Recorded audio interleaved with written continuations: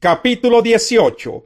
Una vez que David y Saúl terminaron de hablar, Saúl tomó a David a su servicio y desde ese día no lo dejó volver a la casa de su padre. Jonatán, por su parte, entabló con David una amistad entrañable y llegó a quererlo como a sí mismo.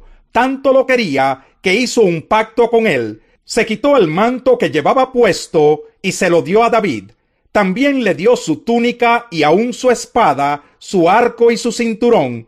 Cualquier encargo que David recibía de Saúl lo cumplía con éxito, de modo que Saúl lo puso al mando de todo su ejército, con la aprobación de los soldados de Saúl y hasta de sus oficiales. Ahora bien, cuando el ejército regresó, después de haber matado David al filisteo, de todos los pueblos de Israel salían mujeres a recibir al rey Saúl. Al son de liras y panderetas, cantaban y bailaban, y exclamaban con gran regocijo: Saúl destruyó a un ejército, pero David aniquiló a 10. Disgustado por lo que decían, Saúl se enfureció y protestó: a David le dan crédito por 10 ejércitos, pero a mí por uno solo. Lo único que falta es que le den el reino. Y a partir de esa ocasión, Saúl empezó a mirar a David con recelo. Al día siguiente, el espíritu maligno de parte de Dios se apoderó de Saúl, quien cayó en trance en su propio palacio. Andaba con una lanza en la mano, y mientras David tocaba el arpa, como era su costumbre, Saúl se la arrojó pensando: a este lo clavo en la pared. 2 veces lo intentó, pero David logró esquivar la lanza. Saúl sabía que el Señor lo había abandonado y que ahora estaba con David. Por eso tuvo temor de David y lo alejó de su presencia, nombrándolo jefe de 1000 soldados para que dirigiera al ejército en campaña. David tuvo éxito en todas sus expediciones, porque el Señor estaba con él. Al ver el éxito de David, Saúl se llenó de temor, pero todos en Israel y Judá sentían gran aprecio por David, porque él los dirigía en campaña.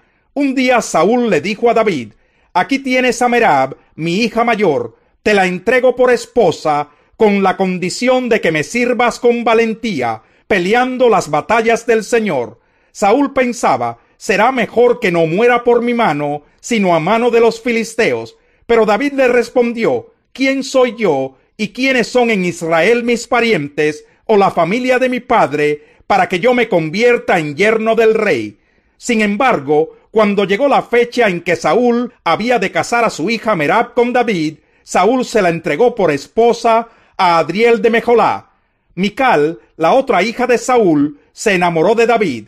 Cuando se lo dijeron a Saúl, le agradó la noticia y pensó: se la entregaré a él como una trampa para que caiga en manos de los filisteos. Así que volvió a decirle a David: ahora sí vas a ser mi yerno.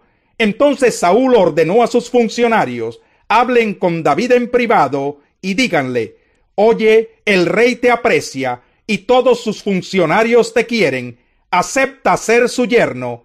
Esto se lo repitieron a David, pero él respondió: ¿creen que es cosa fácil ser yerno del rey? Yo no soy más que un plebeyo insignificante. Los funcionarios le comunicaron a Saúl la reacción de David, pero Saúl insistió: díganle a David, lo único que el rey quiere es vengarse de sus enemigos, y como dote por su hija, pide 100 prepucios de filisteos. En realidad lo que Saúl quería era que David cayera en manos de los filisteos. Cuando los funcionarios de Saúl le dieron el mensaje a David, no le pareció mala la idea de convertirse en yerno del rey. Aún no se había cumplido el plazo cuando David fue con sus soldados y mató a 200 filisteos, cuyos prepucios entregó al rey para convertirse en su yerno. Así fue como Saúl le dio la mano de su hija Mical. Saúl se dio cuenta de que en efecto el Señor estaba con David y de que su hija Mical lo amaba. Por eso aumentó el temor que Saúl sentía por David y se convirtió en su enemigo por el resto de su vida. Además, cada vez que los jefes filisteos salían a campaña, David los enfrentaba con más éxito que los otros oficiales de Saúl. Por eso llegó a ser muy famoso.